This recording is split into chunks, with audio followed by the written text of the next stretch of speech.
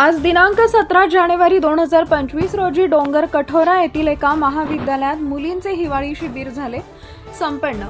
सविस्तर वृत्त असे की डोंगरत पाडा हे आदिवासी गाव आहे। येथील डोंगरदा पथ मंदिर इथं राष्ट्रीय सेवा योजना हिवाळी शिबिर देण्यात आले।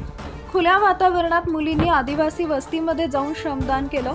पाड्यावरील स्वच्छता करण्यासंदर्भात जनजागृती केली। तसेच बालविवाह मुक्त भारत व बाल अपव्यापार प्रतिबंध, बाल लैंगिक शोषण प्रतिबंध, बाल कामगार प्रतिबंधक या संदर्भामध्ये आधार बहुउद्देशीय संस्था अमळनेर यावल तालुका कोऑर्डिनेटर अशोक तायडे यांनी मुलींना मार्गदर्शन केले।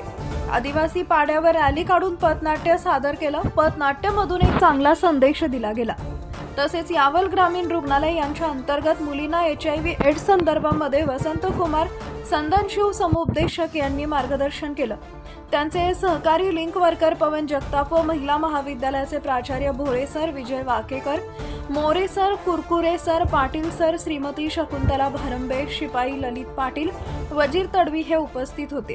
तर मुलीचे पथनाट्य पल्लवी तायडे, दीपाली तायडे, सर्व राहणार नाहवी यांनी पथनाट्य सादर केले।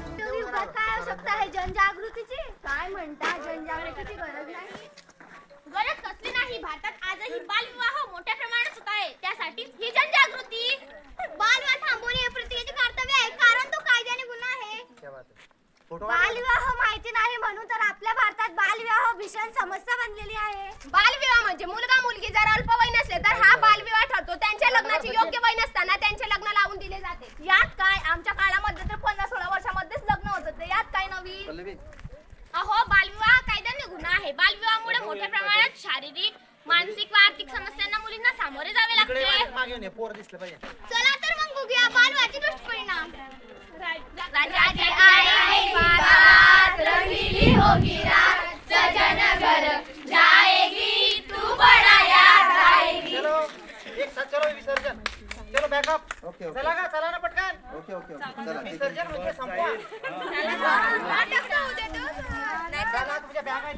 हे बघा, आपल्याकडे नागेशहून आलेल्या पल्लवी तायडे आणि त्यांची टीम यांनी खूप छान प्रकारे पथनाट्य सादर केलेले आहे आणि वेळेअभावी ते अगदी कमी मिनिटांमध्ये सादर केलेलं आहे।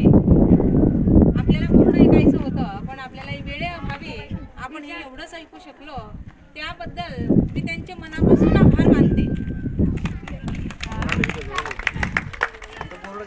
चॅनल सबस्क्राइब करा, बेल आयकॉनचे बटन दाबा, सोबत शेअर करायला विसरू नका।